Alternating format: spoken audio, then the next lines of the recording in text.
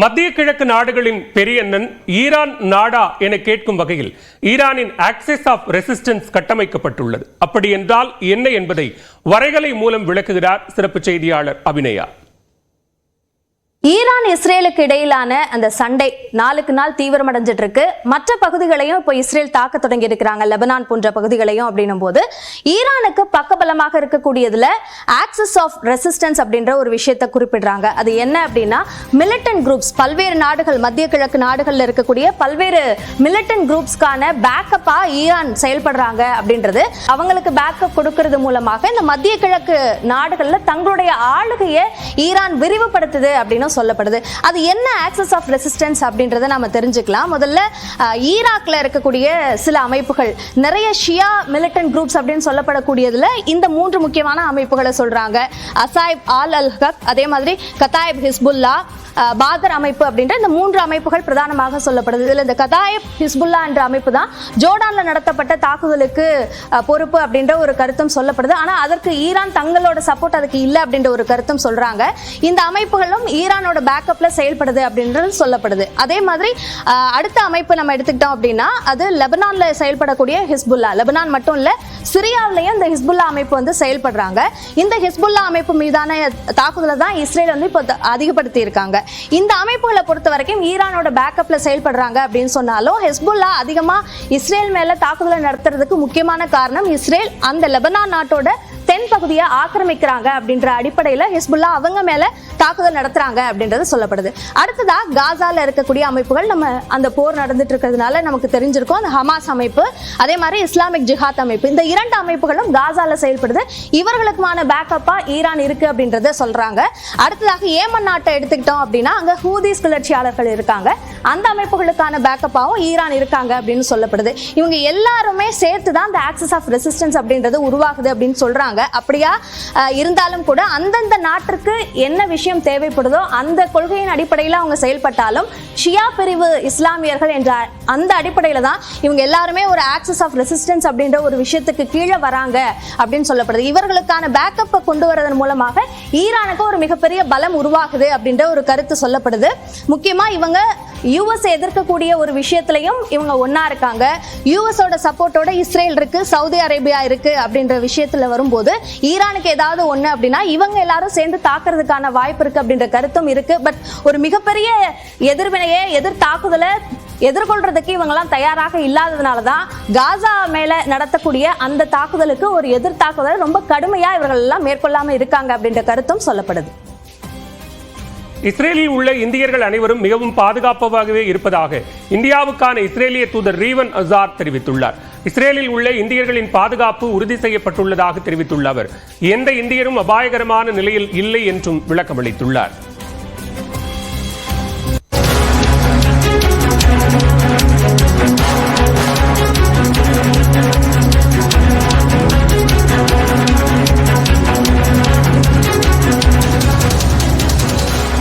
தற்போதைய அண்மை செய்தியை பார்த்துக் கொண்டிருக்கிறோம். நாகை மாவட்டம் கீழ்வேலூர் பகுதிகளில் தொடர்ந்து லஞ்ச ஒழிப்புத் துறையினர் 2வது நாளாக சோதனையில் ஈடுபட்டு வருகிறார்கள். இந்த ஆய்வில் பல்வேறு முறைகேடுகள் அம்பலமாக இருப்பதாக கூறப்படுகிறது. இத்தொடர்பான கூடுதல் விவரங்களோடு இணைகிறார் செய்தியாளர் பாலமுத்துமணி. விவரங்களை பதிவு செய்யலாம். பாலவேல், நாகப்பட்டினம் மாவட்டத்திற்கு உட்பட்ட கீழ்வேலூர் ஒன்றிய பகுதிகளில், அதாவது 6 ஊராட்சிகளில் பிரதம மந்திரி வீடு கட்டும் திட்டத்தின் கீழ் முறைகேடு நடந்திருப்பதாக ஒரு புகார் எழுந்தது. அதன் அடிப்படையில கிட்டத்தட்ட 146 வீடுகள்ல கட்டப்படாமலேயே வீடுகளில் அந்த பணம் வங்கி கணக்கில், அதாவது மாற்று பயனாளிகளின் வங்கி கணக்கில் வர வைக்கப்பட்டுள்ளது உள்ளிட்ட பல்வேறு முறைகேடு புகார்கள் எழுந்தது. அதன் தொடர்ச்சியாக தற்பொழுது மயிலாடுதுறையைச் சேர்ந்த பொதுப்பணித்துறை செயற்பொறியாளர் பால ரவிக்குமார் மற்றும் லஞ்ச ஒழிப்புத்துறை ஆய்வாளர் அருள்பிரியல் ஆகியோர் தலைமையிலான குழுவினர் நாகப்பட்டினம் மாவட்டம் கீழ்வேலூர் ஒன்றியத்திற்கு உட்பட்ட அந்த 6 ஊராட்சிகளில் ஆய்வு பணியை நேற்று முன்தினம் தொடங்கினார்கள். தொடர்ச்சியாக இன்று 2வது நாளாக தெற்கு பனையூர் மற்றும் கோயில் கண்ணாப்பூர் ஆகிய ஊராட்சிகளில் தற்பொழுது ஆய்வானது நடைபெற்று வருகிறது. அது தொடர்பான காட்சிகளை நாம் பார்த்து வருகிறோம். தெற்கு பனையூர் ஊராட்சியில் 37 வீடுகளும், அதே போல கோவில் கண்ணாப்பூர் ஊராட்சியில் 15 வீடுகள் என கிட்டத்தட்ட 50க்கும் மேற்பட்ட வீடுகள்ல தற்பொழுது அந்த ஆய்வு பணியானது நடைபெற்று வருகிறது. முறையாக பயனாளிகள் வீடு கட்டியுள்ளார்களா, பயனாளிகளின் வங்கி கணக்குகளில் அந்த தொகை வர வைக்கப்பட்டுள்ளதா என்ற ஆய்வு மேற்கொள்ளப்பட்டு வருகிறது. இந்த ஆய்வின் முடிவில் ஊழல் எவ்வாறு நடந்துள்ளது, மேலும் இந்த ஊழலில் தொடர்புடைய நபர்கள் யார் யார் என்ற விவரங்கள் முழுமையாக தெரிய வரும். அதாவது அந்த 2010 16 to 20 அப்படிங்கிறது வந்து அதிமுக ஆட்சி காலத்துல ஸ்பெஷல் பீரியட் என்று சொல்வார்கள். அதாவது ஊராட்சி தலைவர் இல்லாமல் ஊராட்சி செயலர் மற்றும் தனி அலுவலர்கள் கட்டுப்பாட்டில் இருந்த போது இந்த முறைகேடு நடந்திருப்பது. தற்போது அது தொடர்பான ஆய்வு நடைபெற்று வருகிறது. மேலும் இதில் தொடர்புடைய நபர்கள் மற்றும் எது போன்ற ஊழல்கள் எத்தனை லட்சத்தில் நடைபெற்றுள்ளது என்பது முழு விவரங்கள் நாளை தெரிய வரும். பலவேல். நன்றி பாலமுத்துமணி, விரிவான விவரங்களுக்கு.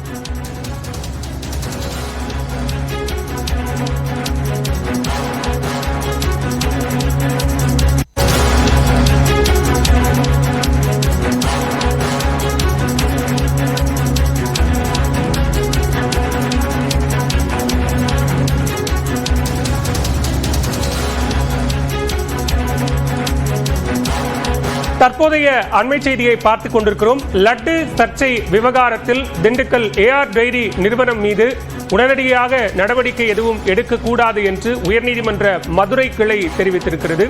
இத்தொடர்பான கூடுதல் விவரங்களோடு இணைகிறார் செய்தியாளர் கருணாகரன். கருணாகரன், விவரங்களை பதிவு செய்யலாம். எந்த வழக்கில் இந்த உத்தரவு?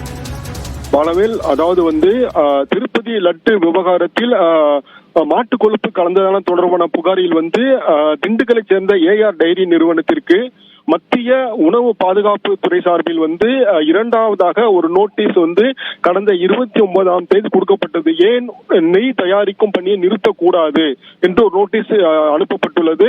இந்த நோட்டீஸை ரத்து செய்ய கோரி ஏஆர் டைரி நிறுவனத்தின் கண்ணன் என்பவர் உயர்நீதிமன்ற மதுரை கிளையில் ஒரு மனு தாக்கல் செய்திருந்தார். இந்த மனு நீதிபதி சதீஷ்குமார் முன்பு விசாரணைக்கு வந்தது. அப்பொழுது மனுதாரர் தரப்பு வழக்கறிஞர் கூறுகையில் 29ஆம் தேதி நோட்டீஸ் கொடுத்துவிட்டு 2 நாட்களில் ஆவணங்களை எல்லாம் வழங்குங்கள் என்று கேட்கிறார்கள். உரிய விதிமுறைகளை பின்பற்றவில்லை. 14 நாட்கள் அவகாசம் வேண்டும். மேலும் எந்த விதமான ஆய்வக அறிக்கையும் கொடுக்கவில்லை. கிங்ஸ் இன்ஸ்டிடியூட் மற்றும் திருப்பதி நிறுவனமே எங்களுடைய நெய்யில் எந்த கலப்படமும் இல்லை தெரிவிக்கப்பட்டுள்ளது. ஆனால் குஜராத்தில் அனுப்பப்பட்ட அந்த ஆய்வக அடிப்படையில் தான் தவறு உள்ளது என்று கூறப்பட்டுள்ளது. அதுவும் மாட்டுக் கொழுப்பு இல்லை. எனவே எங்கள் மீது, எங்கள் நிறுவனத்தின் மீது உடனடியாக எந்தவித நடவடிக்கையும் எடுக்கக்கூடாது என்று வாதிட்டார். இதைத் தொடர்ந்து நீதிபதிகள் திருப்பதி லட்டு விவகாரம் தொடர்பாக அரசியலில் புகுத்தி எந்த விதமான அரசியலையும் புகுத்த வேண்டாம். காரணம் எந்த விதமான உரிய ஆய்வக முடிவு இல்லாமல், விதிமுறைகளை பின்பற்றாமல், உரிய கால அவகாசம் வழங்காமல் எந்தவித நடவடிக்கையும் எடுக்கக்கூடாது என்று அறிவுறுத்திய நீதிபதிகள் மத்திய அந்த உணவு பாதுகாப்பு சட்டப்படி என்ன பிரிவுகளில் என்ன விதிமுறைப்படி என்ன விதிமுறைகளை மீறி உள்ளார்கள் இந்த நிறுவனம் என்று விரிவாக குறிப்பிட்டு கூடுதலாக ஒரு நோட்டீஸ் அனுப்பி உரிய கால அவகாசம் வழங்கி அதன் பிறகு நடவடிக்கை எடுக்க வேண்டும் என்று உத்தரவிட்டு தற்பொழுது எந்தவித நடவடிக்கையும் எடுக்கக்கூடாது என்று உத்தரவிட்டனர். பாலவேல், விவரங்களுக்கு நன்றி கருணாகரன். ஹரியானா தேர்தல்களில் வாக்காளர் அதிகரிப்பு சதவீதம் பாரதிய ஜனதாவுக்கு சாதகமாக அமைந்திருக்கிறதா? வரைகலை வடிவில் விளக்குகிறார் சிறப்பு செய்தியாளர் சிவரஞ்சனி. இந்தியாவில் மக்கள் தொகை அதிகரிக்க வாக்காளர்களோட சதவீதமும் அதிகரிக்க செய்யும். இதே நிலைதான் பல மாநிலங்கள்லயும் இருக்கு. ஆனா ஹரியானாவை பொறுத்த வரைக்கும் வாக்காளர் அதிகரிப்பு சதவீதம் அப்படின்றது சற்று குறைஞ்சிருக்கிறத காண முடியுது. மொத்தமா இப்ப பார்த்தோம்னா 2009 இருந்து 14 வரைக்கும் 19.5% அளவுக்கு வாக்காளர்கள் அதிகரிச்சிருக்காங்க. அதுவே 2014 இருந்து 19 வரைக்கும் 11.3% தான் அதிகரிச்சாங்க. 2019 இருந்து இப்ப 2024 வரைக்கும் 9.7% அளவுக்கு தான் அதிகரிச்சிருக்காங்க. இப்ப கிராமப்புறம் நகர்ப்புறம் இந்த ஒப்பீடு அப்படின்றது இன்னும் கொஞ்சம் நமக்கு இன்ட்ரெஸ்டிங்கா இருக்கும்னு சொல்லலாம். காரணம், பொதுவா நகர்ப்புறத்துல தான் புதிய வாக்காளர்களோட எண்ணிக்கை அதிகரிக்கும்னு நாம எதிர்பார்ப்போம். ஆனா இங்க கிராமப்புறத்தை பொறுத்த வரைக்கும் தான் இந்த வாக்காளர்கள் அதிகரிப்பு சதவீதம் அப்படின்றது கொஞ்சம் ஓரளவு மெயின்டைன் ஆகியிருக்கு. அதுவே நகர்ப்புறங்கள்ல வாக்காளர் அதிகரிப்பு சதவீதம் அப்படின்றது வெகுவா குறைஞ்சிருக்கு. நகர்ப்புறத்தை பார்க்கும்போது 2009-14 27.2% இருந்தாங்க. அதுவே இப்ப பார்த்தோம் அப்படின்னா 11.6% அளவுக்கு தான் இருக்காங்க. அதே மாதிரி இது தேர்தல் முடிவுகள்ல எப்படி எதிரொலிக்குது அப்படின்ற விஷயத்தையும் நாம பார்க்கலாம். இப்ப உதாரணத்துக்கு நாம 2014 எடுத்திருக்கோம். இதுல புதிய வாக்காளர்கள் யாரை தேர்வு செஞ்சாங்க அப்படின்றது தான் முக்கியமா இருக்கு. இப்ப உதாரணத்துக்கு 27 தொகுதிகளில் 15% அளவுக்கு வாக்காளர்கள் அதிகரிக்கிறாங்க. அதுல பாஜகவுக்கு தான் 27.3% அளவுக்கு வாக்குகள் கிடைச்சிருக்கு. அதுவே காங்கிரஸுக்கு காங்கிரசுக்கும் ஐஎன்எல்டிக்கும் அது ஓரளவு குறைஞ்சிருக்கு. ஐஎன்எல்டியை பொறுத்த வரைக்கும் பாஜகவோட ஓரளவு ஈடு செய்யும் வகையில இருக்காங்க. ஆனா காங்கிரசுக்கு அது குறைஞ்சிருக்கு. அதுவே 16ல இருந்து 20% பார்க்கும்போது மொத்தம் 34 தொகுதிகள்ல இதுல பாஜகவுக்கு இன்னுமே வாக்கு சதவீதம் அதிகரிச்சிருக்கிறத பார்க்க முடியுது. 32.7% அளவுக்கு பாஜகவுக்கு வாக்கு சதவீதம் அதிகரிச்சிருக்கு. ஆனா காங்கிரஸோடது குறைஞ்சிருக்கு, ஐஎன்எல்டியோடதும் குறைஞ்சிருக்கு. அடுத்ததா மொத்தம் 29 தொகுதிகள்ல பார்க்கும்போது 20% அளவுக்கு மேல வாக்காளர்கள் அதிகரிச்சிருக்காங்க. அங்க பாஜக இருக்கிறதுலே அதிகபட்சமா 39.2% அளவுக்கு வாக்கு சதவீதத்தை இன்க்ரீஸ் பண்ணிருக்கு. இது 2014 அடிப்படையில் மொத்தமா 90 தொகுதிகள்ல பாஜகவுக்கு 33.2% அளவுக்கு வாக்குகள் இருக்கு. அதுவே காங்கிரசுக்கு 20.6, ஐஎன்எல்டியை பொறுத்த வரைக்கும் 24.1% அந்த அளவுக்கு இருக்கு. அதுக்கு அடுத்த தேர்தல் 2019 தேர்தலை பார்க்கும்போது புதிய வாக்காளர்களோட அடிப்படையில் பார்த்தோம்னா 27 தொகுதிகள்ல 9% அளவுக்கு வாக்காளர்கள் இன்க்ரீஸ் ஆயிருக்க இடத்துல பாஜக 34% அளவுக்கு வாக்குகள் பெற்றிருக்கு. ஆனா இந்த இடத்தை பொறுத்த வரைக்கும் காங்கிரஸ் ஓரளவு ஸ்டேபிளா மெயின்டைன் பண்ணியிருக்காங்க இதற்கு முந்தைய தேர்தலில் இருந்து அப்படின்னு சொல்லலாம். ஆனா ஜேஜேபியை பொறுத்த வரைக்கும் அவங்களோட வாக்கு சதவீதம் வெகுவா குறைஞ்சிருக்கு. இப்போ 9ல இருந்து 12% அப்படின்னு நம்ம பார்க்கும்போது அந்த அளவுக்கு எங்க வாக்காளர்கள் அதிகரிச்சிருக்காங்களோ அதுல பாஜகவுக்கான வாக்கு என்பது 35.6 இருக்கு, இன்க்ரீஸ் ஆகியிருக்கு. அதுவே காங்கிரஸுக்கும் இன்க்ரீஸ் ஆயிருக்கு. ஆனா ஜேஜேபியை பொறுத்த வரைக்கும் கிட்டத்தட்ட பாதி அளவு அவங்க வாக்கு சதவீதம் அப்படின்றது குறைந்திருக்கு. அடுத்ததா 12%க்கும் அதிகமா இருக்கக்கூடிய இடங்கள் அப்படின்னு பார்க்கும்போது மொத்தம் 26 இடங்கள்.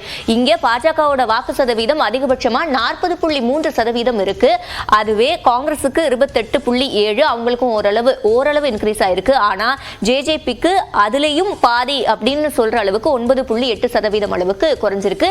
மொத்த எண்ணிக்கையும் நம்மளால பார்க்க முடியுது. இது இந்த தேர்தலில் அடுத்து வரக்கூடிய இந்த ஹரியானா தேர்தலில் எப்படி எதிரொலிக்க போகுது அப்படின்றதையும் நாம பொறுத்திருந்து பார்க்கலாம். ஈஷா யோகா மையத்தில் விசாரணை நடத்த சென்னை உயர்நீதிமன்றம் பிறப்பித்த உத்தரவுக்கு தடை விதித்துள்ள உச்சநீதிமன்றம் பெண் துறவிகள் தொடர்பான மனுக்கள் அனைத்தையும் உச்சநீதிமன்றத்திற்கு மாற்றி ஆணையிட்டுள்ளது. கோவை வடவள்ளியைச் சேர்ந்த ஓய்வு பெற்ற பேராசிரியர் காமராஜ் ஈஷா யோகா மையத்தில் உள்ள தனது 2 மகள்களையும் மீட்டு தரக்கோரி சென்னை உயர்நீதிமன்றத்தில் ஆட்கொணர்வு மனு தாக்கல் செய்தார். இந்த வழக்கை விசாரித்த உயர்நீதிமன்ற நீதிபதிகள் ஈஷா மையம் மீதான வழக்குகள் குறித்து அறிக்கை தர காவல்துறைக்கு உத்தரவிட்டனர். இதனையடுத்து ஈஷா யோகா மையத்தில் காவல்துறையினரும் சமூக நலத்துறை அதிகாரிகளும் 2 நாட்கள் விசாரணை நடத்தினர். இதனை எதிர்த்து உச்சநீதிமன்றத்தில் அவசர வழக்கு ஒன்றை ஈஷா யோகா மையம் தாக்கல் செய்தது. அந்த வழக்கு தலைமை நீதிபதி சந்திரசூட் அமர்வு முன்பு விசாரணைக்கு வந்தது. அப்போது மத சுதந்திரம் தொடர்பான பிரச்சனை என்று ஈஷா யோகா மையம் சார்பில் மூத்த வழக்கறிஞர் முகுல் ரோத்தகி முறையிட்டார். அப்போது ராணுவத்தையோ அல்லது காவல்துறையையோ ஈஷா போன்ற ஸ்தாபனத்தில் அனுமதிக்க முடியாது என்ற தலைமை நீதிபதி சந்திரசூட் ஒரு நீதித்துறை அதிகாரியை அனுப்பி விசாரித்திருக்க வேண்டும் என்று கருத்து தெரிவித்தார். அதே சமயம் ஈஷா யோகா மைய மருத்துவருக்கு எதிராக போக்சோ வழக்கு உள்ளதாக சுட்டிக்காட்டிய நீதிபதிகள் அந்த மருத்துவர் இன்னும் அங்கேதான் பணியாற்றுகிறாரா என்றும் கேள்வி எழுப்பினார். அப்போது ஆட்கொணர்வு மனுவில் சம்பந்தப்பட்ட சகோதரிகள் இருவரும் காணொலி வழியாக ஆஜராகினர். அப்போது தங்கள் விருப்பத்துடன் தான் ஈஷா மையத்தில் தங்கி சேவை புரிவதாக கூறினர். இதனையடுத்து உத்தரவுகளை பிறப்பித்த நீதிபதிகள் 2 பெண் துறவிகளிடம் நடத்திய விசாரணையை உயர்நீதிமன்றத்தின் உத்தரவு முழுமையாக பிரதிபலிக்கவில்லை என்று கூறினர். பெண்கள் இருவரின் வயது, மனப்பக்குவம், புரிதல் உள்ளிட்டவற்றின் அடிப்படையில் ஆட்கொணர்வு மனு ஏற்புடையது அல்ல என்றும் நீதிபதிகள் தெரிவித்தனர். இதனால் 2வது ஆட்கொணர்வு மனுவை சென்னை உயர்நீதிமன்றம் அனுமதித்திருக்க கூடாது என்ற நீதிபதிகள் அங்குள்ள வழக்கை உச்சநீதிமன்றத்திற்கு மாற்றி உத்தரவிட்டனர். மேலும் உயர்நீதிமன்ற உத்தரவை பின்பற்றி ஈஷா மையத்தில் காவல்துறை எந்த நடவடிக்கையும் மேற்கொள்ளக்கூடாது என்றும் நீதிபதிகள் உத்தரவிட்டனர். மேலும் சம்பந்தப்பட்ட பெண்கள் இருவரும் காணொலி மூலமாக விசாரணைக்கு ஆஜராகலாம் என்றும் அனுமதி அளித்தனர். மூல வழக்கு தொடுத்தவர் தனது வழக்கறிஞருடன் உச்சநீதிமன்றத்தில் நேரில் ஆஜராக உத்தரவிட்ட நீதிபதிகள் ஈஷா தொடர்பான காவல்துறை விசாரணை அறிக்கையை உச்சநீதிமன்றத்தில் தாக்கல் செய்யவும் ஆணையிட்டனர்.